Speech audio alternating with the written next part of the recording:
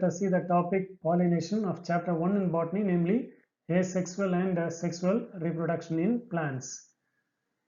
So pollination is nothing but a process of transfer of pollen grains from the anther to the stigma of the flower is called as pollination. So already we know the structure of the flower. So this is said to be the stamen, and the topmost region is happened to be the anther, and anthers contains the pollen grains. So this happened to be the female reproductive part of the flower, the stigma on top, the style in between, and the ovary at the base.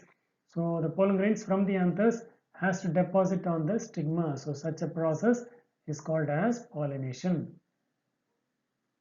Pollination is a characteristic feature of both these spermatophores, namely gymnosperms and angiosperms. But in case of gymnosperms, it is of direct type, whereby the pollen grains are directly deposited to the ovules, which are said to be opened in nature. Whereas in case of angiosperms, the pollen grains are deposited on the stigma. So such type is called as indirect type of pollination. So pollination in gymnosperms is said to be direct, as the pollens are deposited directly on the exposed ovules, whereas in angiosperms it is said to be indirect, as the pollens are deposited on stigma of the pistil. In angiosperms there are two types of flowers, namely chasmogamous and cleistogamous. So chasmogamous flowers are those flowers which opens and exposes their mature anthers and stigma for pollination. So the flower gets opened to expose their anthers and stigma for pollination. So such a flower is called as chasmogamous, and the process is called as chasmogamy. Whereas in case of plants, pollination occurs without opening and exposing their sex organs. Such flowers are called as cleistogamous, and the phenomena is called as cleistogamy, so that the flowers are not exposing their sex organs. Such flowers are called as cleistogamous. So based upon the flower on which the pollens of the flower reaches, the pollination is classified into two major types, namely self-pollination and cross-pollination. So in this chart it's clearly shown pollination can be broadly divided into two types, namely self-pollination and cross-pollination. So self-pollination is further divided into three types: cleistogamy, homogamy, and incomplete dichogamy, whereas cross-pollination can be further divided into diatonogamy and xenogamy. Type is self-pollination or autogamy. So in Greek, auto means self and gamous means marriage. So according to a majority of botanists, the transfer of pollen grains on the stigma of the same flower is called as self-pollination or autogamy. So this question we may get in 2 mark point of view. So this is said to be the typical flower which contains the male reproductive organ, namely the stamen containing the filament and the anther on top, which produces the pollen grains, and this is said to be the pistil containing the ovary at the base, style and stigma on top. So transfer of pollen grains from the anther of the same flower to the stigma of the same flower is called as self-pollination or autogamy. So self-pollination is possible only in those plants which bear bisexual flowers. So the flower which is bearing both the stamen and the pistil in the same flower, so that is said to be bisexual flower. So in order to promote self-pollination, the flowers of the plants have several adaptations or mechanisms. It is of three types. First type is said to be cleistogamy. The meaning of cleistogamy is closed marriage. Some flowers never open to expose their reproductive organs, namely the stamens and the pistil, so that the pollination occurs within the closed flower. Such a method of pollination occurring in the closed flower is happened to be cleistogamy. Examples: Commelina, Viola, Oxalis are some of the examples for cleistogamous flowers. So this question we may get in 1 mark point of view. In Commelina bengalensis, two types of flowers are produced, namely aerial flowers and underground flowers. So this happened to be the Commelina, where certain flowers grow above the soil level. So these flowers are called as chasmogamous flowers, and some flowers grow under the soil level. So these flowers are called as cleistogamous flowers or underground flowers. So the aerial flowers are brightly colored. So these are brightly colored, and most probably they are attracted by the insects for pollination. Whereas the underground flowers are born on the subterranean branches of the rhizome that are very dull in color. They are cleistogamous. They never open, so that the flowers gets self-pollinated in nature and are not dependent on any pollinators for pollination. The second type is homogamy, where the stamens and the stigma of a flower mature at the same time, then it is called as homogamy. So this favors self-pollination to occur as in case of Mirabilis jalapa and Catharanthus roseus. So these two flowers are shown, Mirabilis jalapa and Catharanthus roseus, where these both flowers happen to be homogamous in nature. The next type is incomplete dichogamy. In dichogamous flowers, the stamen and the stigma of a flower mature at different times. So sometimes the time of maturation of these essential organs overlap so that it becomes favorable for self-pollination. Even this condition also favors the flower for the pollination. So thereby the essential organs overlap to become favorable for the self-pollination. Next type is said to be cross-pollination, whereby the transfer of pollen grains of one flower to stigma of another flower is called as cross-pollination. Now here you could see the pollen grains from this anther is deposited on the stigma of this flower. The anthers release the pollen grains from this flower and will deposit on the stigma of the next flower. So such a method is called as cross-pollination. So the cross-pollination is of two types, namely geitonogamy and xenogamy. Type is happen to be geitonogamy, where the pollen deposits on another flower but of the same individual plant. It is said to be the condition called as geitonogamy. Now here this is said to be the plant, and here two flowers are shown where the pollen grains from this flower will deposit on the stigma of the next flower. Such a type where it occurs in the same individual plant but between different flowers is called as geitonogamy. So this usually occurs in plants which show monoecious in condition. So monoecious in condition where the male flowers and female flowers are found in the same plant. Such a condition is called as monoecious flowers. So it is functionally cross-pollination but is similar to autogamy because the pollen grains comes from the same plant. The next type is happen to be xenogamy, where the pollen deposits on another flower of a different plant but of the same species. Then it is called as xenogamy. Now in this picture it is clearly shown the differences between autogamy, geitonogamy and xenogamy. So autogamy is a condition where the pollen grains of the flower is deposited on the stigma of the same flower. So such a type is called as autogamy. Geitonogamy is a condition where two flowers of the same plant, pollen grains from one flower to the stigma of the second flower is called as geitonogamy.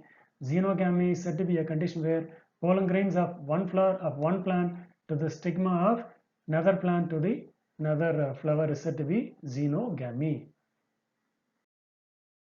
So the next is happen to be contrivances of cross-pollination. The flowers of the plants have several mechanisms that promote cross-pollination, which are also called contrivances of cross-pollination or outbreeding devices. So it includes the following two types. In this chart it's clearly shown the contrivances of cross-pollination. So it can be broadly divided into two types, dicliny or unisexuality. The second type is monocliny or bisexuality. So dicliny or unisexuality is further divided into monoecious and dioecious, whereas monocliny or bisexuality is further divided into four types, namely dichogamy, hercogamy, heterostyle and self-sterility or self-compatibility. So dichogamy is further divided into protoandry and protogyny. Heterostyle is further divided into distyle and tristyle. This happen to be dicliny or unisexuality. As the name indicates, unisexuality, the flowers are unisexual in nature. So when the flowers are unisexual, that means only one sex is found in the flowers. Such type is called as unisexual. Only cross-pollination is the possible method. So they are of two types, namely monoecious and dioecious. So monoecious in the sense male and female flowers are found in the same plant. So one plant or single plant having two different type of flowers, namely male flowers and female flowers separately. Examples, coconut and bitter gourd happen to be the examples for monoecious conditions. In plants like castor and maize, autogamy is prevented but geitonogamy takes place. So whereas in case of dioecious, male and female flowers are found in the different plants. Example, borassus palm and carica papaya and date palm. So these are the plants examples for dioecious conditions where male and female flowers are found in the different plants. Here both autogamy and J-tonogamy are prevented. So monocliny or bisexuality. Flowers are bisexual, having both the sex organs in the same flower, and a special adaptation for flowers prevents self-pollination. There are four types, namely dichogamy, hercogamy, heterostyly, self-sterility, or self-compatibility. The first type is said to be dichogamy. So the flowers are usually bisexual, having both the male reproductive organ and the female reproductive organ in the same flower, but anthers and stigmas mature at different times. So thus checking self-pollination. So it is of two types, namely protandry and protogyny. So proto stands for first. So the stamens mature earlier than the stigmas of the flowers. Examples: Helianthus and Clerodendron. So protogyny stands for the stigmas mature earlier than the stamens of the flower. So examples: Scrophularia nodosa and Aristolochia bracteata are the examples for this protogyny. So here the protandry condition is shown and the protogyny condition is shown in these both the flowers. So protandry in Clerodendron and protogyny in Scrophularia. So in case of protandry, the stamens become mature first, whereas in protogyny, the stigmas gets maturity first. The second type is said to be hercogamy. So here, these flowers are bisexual in nature, having both the essential organs, namely stamens and the stigmas. Even though they have the stamens and stigmas, they are usually arranged in such a manner that whereby self-pollination is prevented. For example, in Gloriosa superba, the style is reflexed away. So here you could see the style is reflexed away from the male reproductive organs.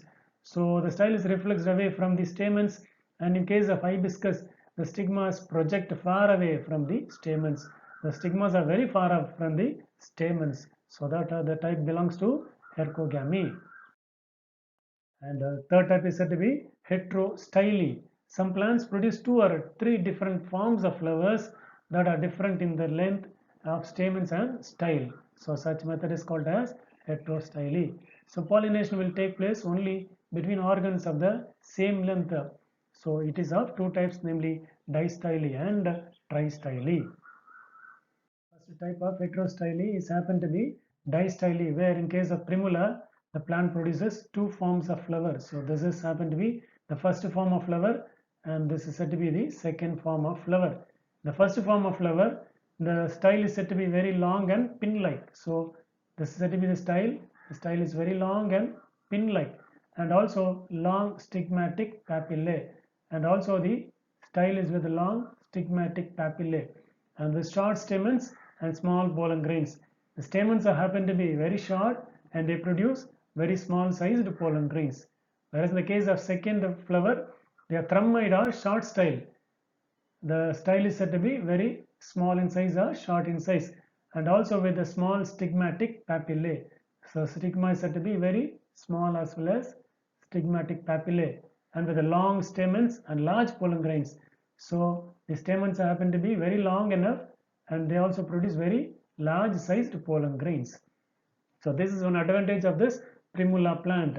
So stigma of the thrummoid flower and anther of the pin lie in the same level.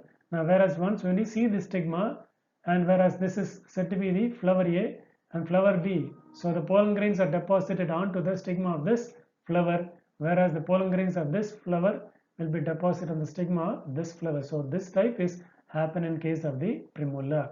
The stigma of thrummoid flowers and the anther of pin lie in the same level to bring out pollination. Similarly, the anther of thrummoid and the stigma of the pin ones is found in the same height. So this helps in effective pollination in case of the primula. So the next type is said to be tristyly, in which this produces three type of style. So based on that, it can be classified into flowers with long style, flowers with normal style, and flowers with short styles. Now here the long style and flowers with a normal style and flowers with short style. So that the plants are broadly divided into three types, as in case of lythrum.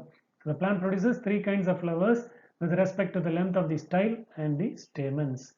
So here the pollens from flowers of one type can pollinate only the other two types, but not their own type. So such a type is called as tristerially as in case of Lythrum.